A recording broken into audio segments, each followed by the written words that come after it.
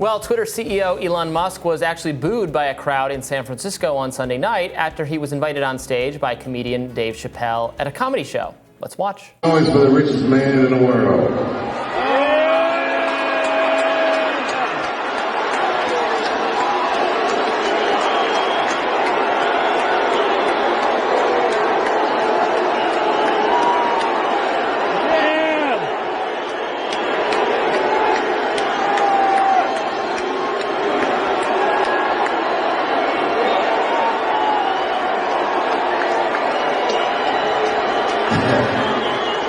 Cheers and booze, I see. Musk also shouted, "I'm rich," B-I-T-C-H, to drawn out boos.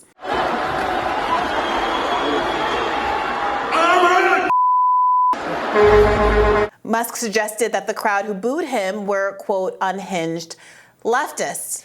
What do you make of that take, Robbie? Well, I should say, I do hear booing. I don't hear only booing. Yeah, and they said, There's booing and cheering. Yeah, so, while this was all happening, Dave Chappelle, in an effort to kind of wrest control of the situation back to the people on stage, said something like, mixed, a lot of boos and cheers, I see. He kind of was narrating what was going on. So I don't think that it would be surprising for folks at a Dave Chappelle concert to like Elon Musk. In fact, I think why this was so notable is that people at a Dave Chappelle who was kind of cast himself as counterculture and, outside of politics and a truth teller and someone who was anti-woke, you expect his audience to actually be more sympathetic to Elon Musk than the general population. That's why I think some folks who are trying to make the argument that this was a San Francisco crowd, this was woke scolds, etc., it doesn't necessarily make sense. No matter where this is people who wanted to come see Dave Chappelle. Dave Chappelle is someone who, of course, has got in a lot of controversy over the last few years for his stand-up routines that center on trans people.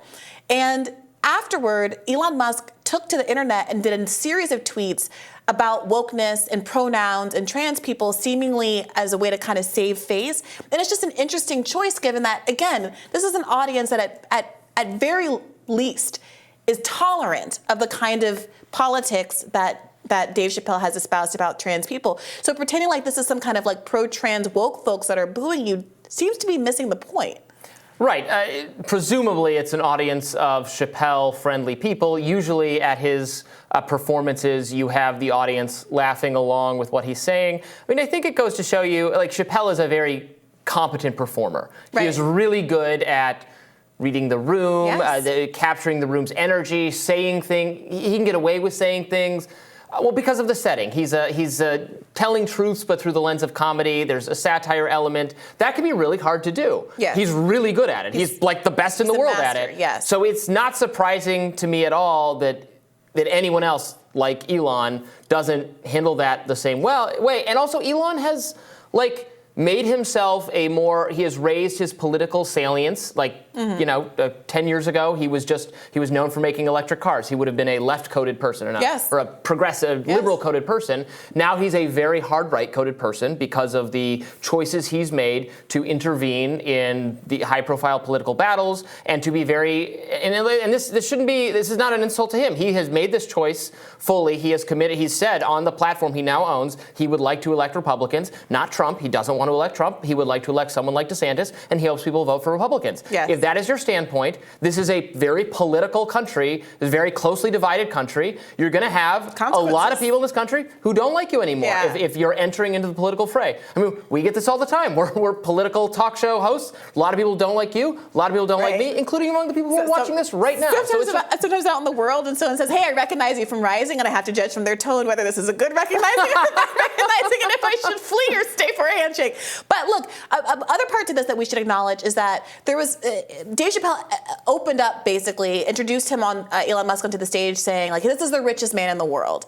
And what was kind of interesting was that didn't seem to land the way that Dave Chappelle, despite his expertise in reading a room and reading an audience, thought it was going to land. So there was a time when Dave Chappelle was someone who we kind of admired for pointing out why people like Trump and explaining to an SNL liberal kind of an audience that there was something to this kind of honest dishonesty, where even if he was saying something that was kind of outrageous, his confidence in saying it had a truthiness quality to it, and he was willing to say true things about himself, including, hey, I'm a rich guy and I look out for rich people. And that was part of why we liked Dave Chappelle. There was this interesting, fearless kind of class analysis in all of it.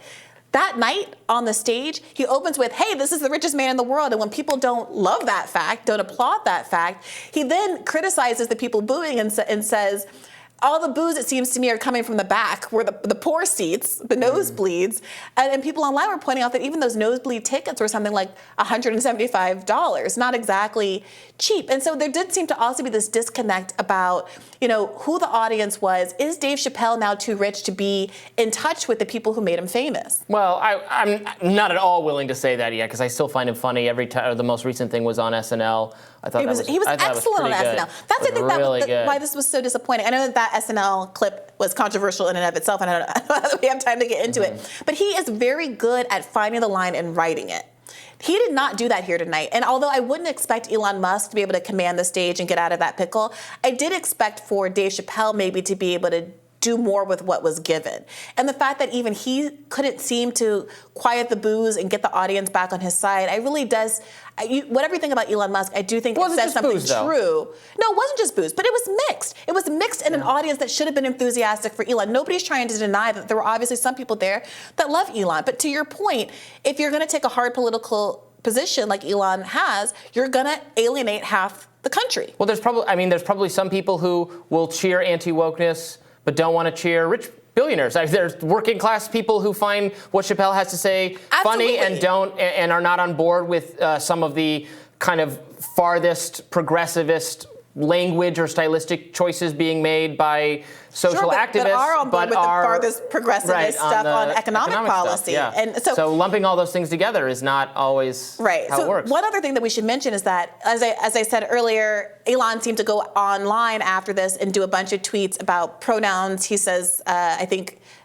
prosecute/Fauci are my pronouns. All of these things that seemed to be kind of unrelated to what happened on stage, but felt kind of like emotionally space-saving moves. Yeah. He then my pronouns are prosecute/Fauci. Right. Am I wrong for laughing at that? That's between you and your loved ones. But then he went on to tweet two tweets that he ultimately deleted, which for the very online, like Elon Musk can ratio almost anybody. He's got a lot of support on Twitter. The fact that he felt pressure to delete these tweets spoke volumes about the level of pushback that he's getting. The tweets were, one, a major fight broke out in the audience just as I was about to talk, so I didn't get to say much. Mm-hmm. Sure, that's the reason you didn't get to say much, Elon Musk. It wasn't that you were wandering around on stage. And you guys should watch the full clip if you haven't. It's about 10 minutes of a lot of awkwardness on stage. The second tweet that he deleted was, technically, it was 90% cheers and 10% boos, except during quiet periods. But still, that's a lot of boos, which is a first for me in real life, frequent on Twitter. It's almost as if I've offended San Francisco's unhinged leftist, but nah. Yeah, this is very, if you're explaining, you're losing. Yeah, it's like Cope-harder. And that's not me saying, but that is the impression that it gave on the internet. Sure. And apparently it was the impression that he got as well, because he actually deleted both of those tweets. Well, there it is. I don't know. Do you think this could be the tide turning, but it could just be what do you mean the tide turning?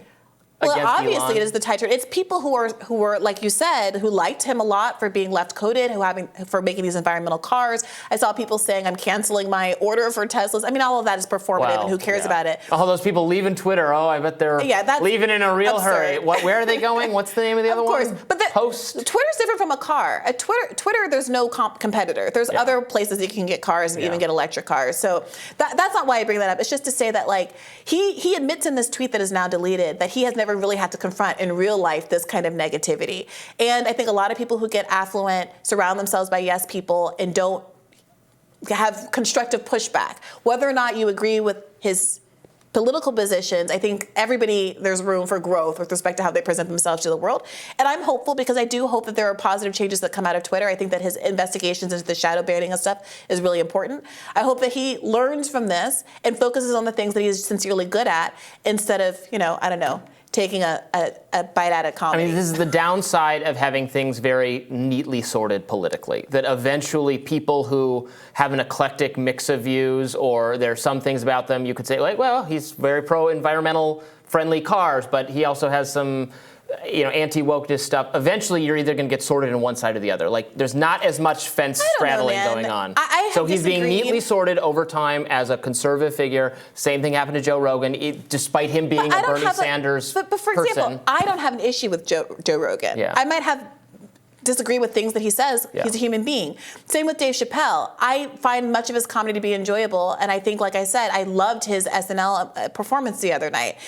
It's not about that. I think a lot of people can exist in a world where they don't agree with what everybody says, but they still like who they are. I think what we saw that night was something a little bit different. They can, but they're facing relentless pressure to go one way or the other. What is the upside? It's clear what the upside of Dave Chappelle is. He is a talented comedian. He's really funny, and he can be socially insightful. It's even clear what the upside of someone like Kanye West is. He's an amazing musician that people have loved for like 20 years now. Elon Musk, as he's managing these failures or not attaining the success that he thought he was going to obtain with the tunnels to nowhere and the Twitter of it all, and not necessarily making the reforms in the way that he had promised.